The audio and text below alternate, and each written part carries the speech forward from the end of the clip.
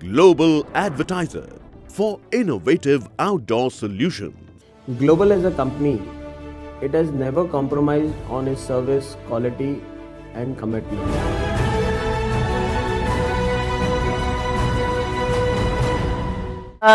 Audible सुनो ने हमें एक न्यू अपॉर्चुनिटी दी to come back and revisit Tania and Mikesh in permanent roommates world and ये कहानी है सीज़न 1 और सीज़न 2 के बीच में जो हुआ उसकी, जिसके बारे में एक्चुअली एज एक्टर्स हम भी बहुत सोचते थे कि क्या हुआ होगा. सीज़न 1 में मिकेश आता है और फिर वापस चला जाता है. सीज़न 2 में वो लोग ऑलरेडी साथ में रह रहे हैं और कुछ महीने बीत चुके हैं. तो ऑडिबल सुनो 1.5 परमानेंट रूममेट्स में एक्चुअली वो जस्ट वापस आया है और they have just moved in together and they're just experiencing living with each other for the first time, and then everything that happens, the fights and the love and the nok joke and the arguments and boring conversations and everything, it's very intimate, it's very unique, and it's very exciting to revisit something that you have loved so dearly and for so long, and you really cherish it and you feel very lucky to have been a part of that universe. So to be able to experience that was great, and that's what this is. Sumit, आप क्या कहना चाहोगे? ये कहना चाहूँगा, हम लोग वैसे भी सोच रहे थे 2 सीज़न बनाने के बाद कि कई लोग कह रहे हैं सीज़न 3 बनाइए, कुछ कह रहे हैं फिल्म बनाइए, और हम भी सोच रहे थे जब तक कोई इंटरेस्टिंग कहानी नहीं आती हमारे पास तो क्यों बनाएं. तो हम इंतज़ार कर रहे थे उस मौके का या उस आइडिया का जिससे इस कहानी को आगे बढ़ाया जा सके. तो जब ये मौका मिला ऑडिबल सुनो के ज़रिए परमानेंट रूममेट्स की एक और कहानी कहने का, तो हम बहुत थ्रिल्ड हुए. बहुत मज़ा आया ये जानकर, क्योंकि ये एक नए तरीके से हम उसी कहानी को आगे बढ़ा पा रहे थे. तो कई बार क्या होता है कि एक मोनोटनी सेट हो जाती है एक ही तरीके की चीज़ देखने को, तो इसने उसको तोड़ दिया है हमारे लिए. और एक तरीके से फिर से वो बच्चे जो सो गए थे उनको जगा दिया है हमने. इसी के साथ में इस कॉन्सेप्ट की अगर बात की जाए तो काफ़ी एक अलग सा कॉन्सेप्ट है, क्योंकि अभी तक हमने जो देखा, हमने विजुअल्स में देखा है आप दोनों, पहला सीजन दूसरा सीजन, तो कितना अलग एक्सपीरियंस आप लोगों के लिए, and what was your reaction जब आपको उसके बारे में मालूम पड़ा तो कि एक इस तरीके से शूट कर रहे हैं आप लोग, इस तरीके से बना रहे हैं? जैसे मैंने बताया, मैं तो बहुत एक्साइटेड हो गया ये सुनकर कि हम लोग अब ऑडिबल पर जाने वाले हैं और ऑडियो एपिसोड्स होंगे, क्योंकि मुझे लगता है ये बहुत पावरफुल मीडियम है ऑडियो. सबके अपने अपने यूनिक विजुअल बनते हैं जब वो एक कहानी सुनते हैं या गाना सुनते हैं या कोई धुन सुनते हैं, तो और उसको आप कंपेयर नहीं कर सकते वीडियो से. तो वो एक यूनिक अनुभव है. और हमारे लिए सौभाग्य की बात है कि ये कहानी इस माध्यम से हम कह रहे हैं. तो आई होप लोगों को ये सुनकर उतना ही मज़ा आया, शायद थोड़ा ज़्यादा मज़ा आए जितना उनको सीज़न देख कर आया है. दीदी, आपका क्या रिएक्शन था जब आपको इसके बारे में मालूम पड़ा?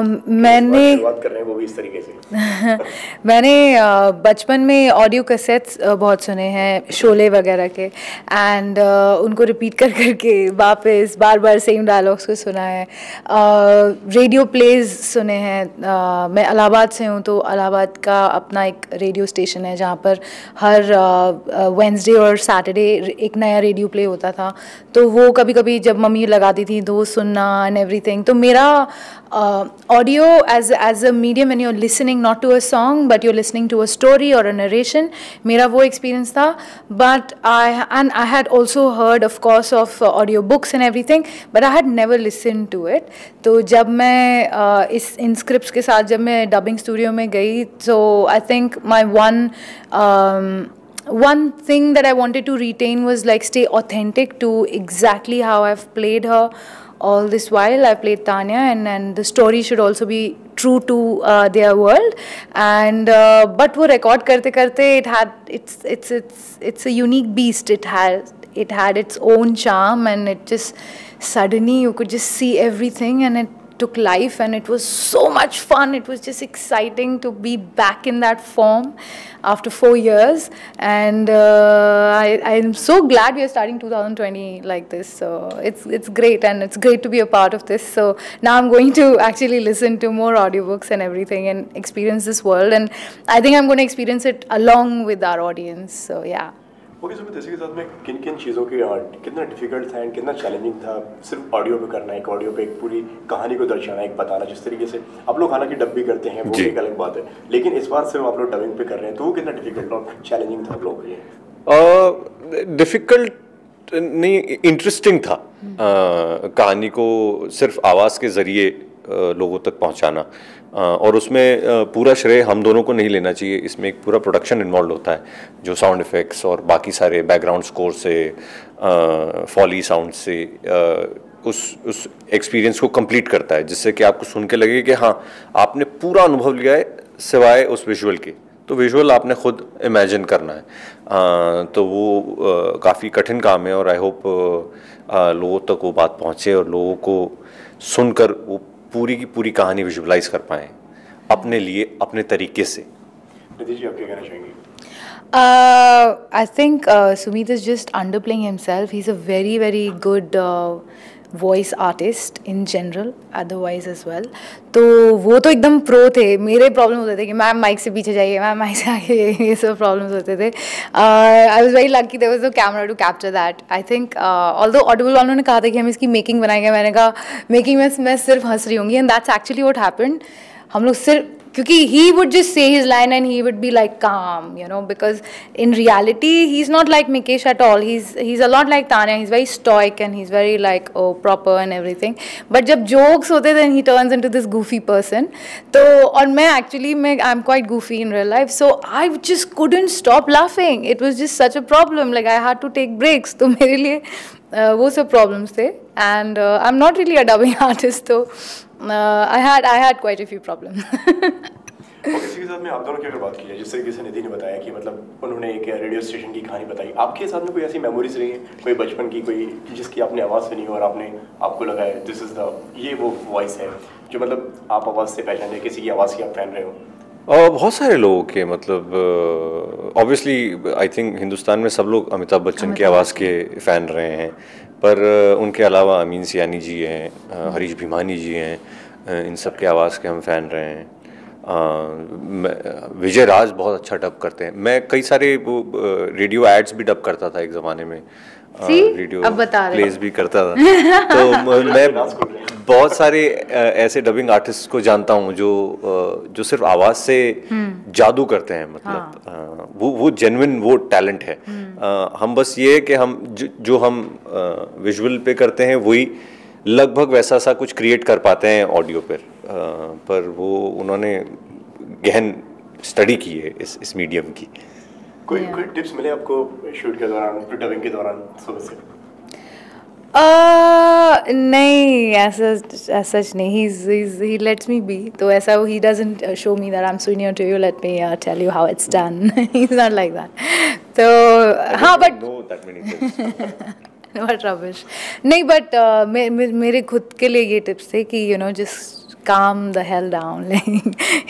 और दूसरा ये था कि it's a very powerful medium, and maybe I would like to do a lot more of just voice work, because as an artist, to be able to experience what was most unique for me was especially besides all the fun and everything, when the real things happen in life, and when you're saying those lines and all, and to be extremely authentic to that and just say it when you're not worried about camera and angles and everything, all that happens during our shoots.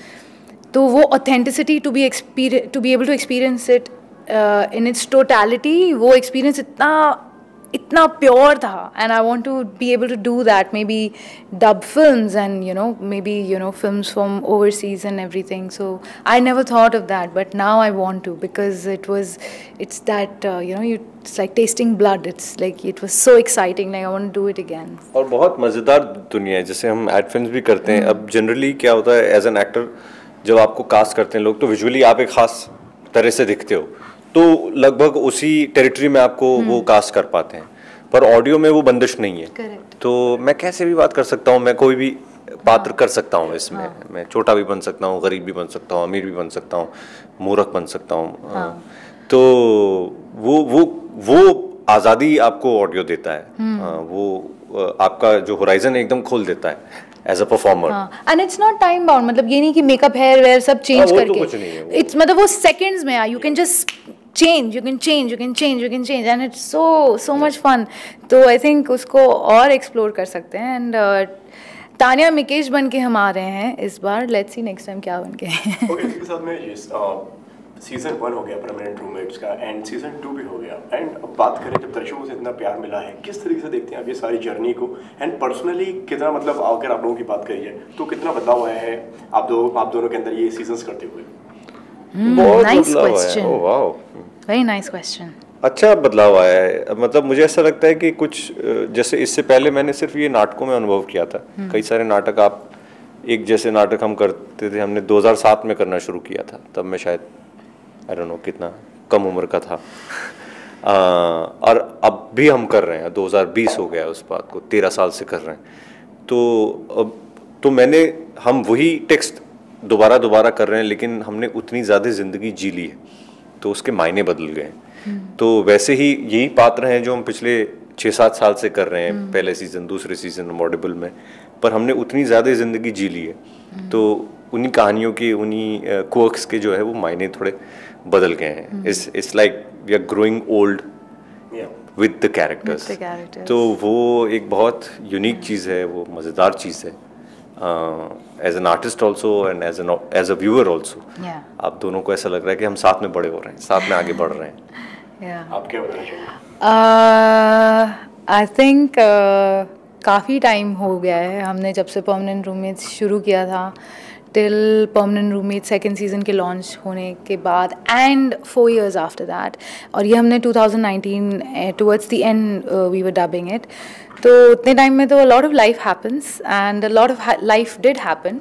And as Sumit said, to come back and visit your character who's familiar to you, so it's like an old friend, you know, and she knows you, you know her quirks, she knows your quirks, and to go back to it and then say the lines that she would say, but uska ek shayad ek usme naya meaning, ek new dimension, because what you experience as a human, you cannot ever, it'll always reflect. So I think to be able to maneuver through that, maybe you feel a certain emotion a lot stronger than you used to feel it otherwise earlier, and maybe उस time आप कोई emotion को बहुत strongly feel करते हैं जो अभी इतना मायने नहीं रखता है, तो मीनिंग्स बदल जाते हैं. You change, you constantly change, and so does your character. So yeah, as you said, they've grown up along with that. Okay, ऐसा हुआ है तो आप दोनों के साथ में, जिस तरीके से हम अगर परमानेंट रूममेट की, अगर हम कैरेक्टर की बात करते हैं, तो काफ़ी एक आम सी स्टोरी है, मतलब एक नॉर्मल सी कहानी है, मतलब जो हर इंसान एक रिलेट कर सकता है उसकी कहानी को जी. कि आप दोनों को भी मतलब कहीं ना कहीं उस कैरेक्टर में चले गए हों, या आप कभी वैसे बन गए हों इस किरदार की तरह, मतलब सिचुएशंस कभी लाइफ में हुई हो, रियल लाइफ में. हाँ, आई एम श्योर. और ये किरदार जो है ये हमारे ही पर्सनैलिटी का एक हिस्सा है, एक एक्सटेंशन है. जाहिर सी बात है, हमने उसमें कई सारी चीज़ें ऐड की हैं, कई सारे ऑब्जर्वेशन जो है हमारे दुनिया में जिन लोगों से हम मिलते हैं उनको देखकर वो ऐड किए हैं. But the soul of the character is an extension of who you are, you know, which is what people see on screen, which is why they can relate to you so well. तो हाँ, ऐसा मेरे साथ तो अक्सर होता है, जो नहीं होना चाहिए वो होता है. I think when permanent roommates मेरे पास आया था, और जब मैंने तान्या के कैरेक्टर को पढ़ा था, तो there were a few people around me at the time that I could visualize them saying such things, because actually as a person I would not react the way she reacts in a certain situation, but I understood her completely. And that was a big relief, because sometimes आपको बहुत मेहनत लगती कोई चीज़ को समझने में. वो एक I don't know extension अब वो बन गई है, but उस टाइम मेरा first instinct or even my afterthought would not be how she would say something or how she would react to a situation, but now I know her, so I know that Tanya would do that, maybe I wouldn't do it. So उस मायने में हाँ, वो आप I think I've started understanding people a lot better now, as I grow as an actor as well. I believe in the grays a lot more. I don't see everything as right and wrong, and that's my evolution as a person through my life as an actor. So हाँ तो हाँ वही। और कई बार ऐसा होता है आप अपने किरदारों से सीखते हैं हाँ। कई सारी चीज़ें। अमूमन मैं जितना कॉम्प्लेक्स हूँ लाइफ में, मिकेश उतना ही सरल है। हाँ। और हर सिचुएशन को उतनी सरलता से वो देखता है और उसके साथ डील करता है। और तो एक तो वो करने में मज़ा आता है और दूसरी बार वो आपको भी एक पर्सपेक्टिव देता है कि शायद ख़ुद को थोड़ा कम सीरियसली लेना भी अच्छा होगा कभी कभी। लास्टली जो दर्शक हमारे देख रहे हैं उनसे क्या कहना चाहेंगे आप लोग? यही कहना चाहेंगे कि आपने हमें देखा, पसंद किया, उसके लिए बहुत बहुत शुक्रिया। अब आप हमें सुने और विजुअलाइज करें। ये एक यूनिक तरीका है जिससे हम तानिया और मिकेश की कहानी आप तक पहुंचा रहे हैं। और ऑडिबल सुनो बहुत अच्छा प्लेटफॉर्म है, फ्री है। 60 से ज़्यादा इसमें कार्यक्रम हैं, बड़े बड़े सितारे इसमें हैं। अमिताभ बच्चन है, नीना गुप्ता है, तबू है, तो और हम भी हैं। तो मज़ेदार मीडियम है, आपको सुनकर बहुत मज़ा आएगा। और आपको ये आज़ादी है कि इस बार आप अपने सेट्स बनाइए, आप अपने कॉस्ट्यूम्स डिज़ाइन कीजिए, आप अपने तरीके से बाकी सारे कैरेक्टर्स को विजुअलाइज कीजिए। हाँ। मैं ये कहूँगी कि सीज़न 1 और सीज़न 2 के बीच में जो भी मिसिंग लिंक था, जो मेरे लिए भी था, ये शायद उस गैप को फिल करेगा एंड और इंटीमेट फॉर्म में करेगा, क्योंकि आप उसको पूरी तरह सुन सकते हैं। It's like being in the same room with 2 people who you know really well. तो एक्सपीरियंस करिए और हमें बताइए, please tell us how you felt, what you felt about this, because radio plays and movie के audible cassettes, they've always been there, and ये even motivational podcasts and everything, it's always been a part of our lives. तो songs, so then to be a part of something like this हमारे लिए भी बहुत नई चीज़ है, मेरे लिए बहुत नई चीज़ है। सुमित तो प्रो है। मुंबई रफ्तार न्यूज़ की खबरें पसंद आने पर हमारे YouTube चैनल को सब्सक्राइब करें और लाइक करें।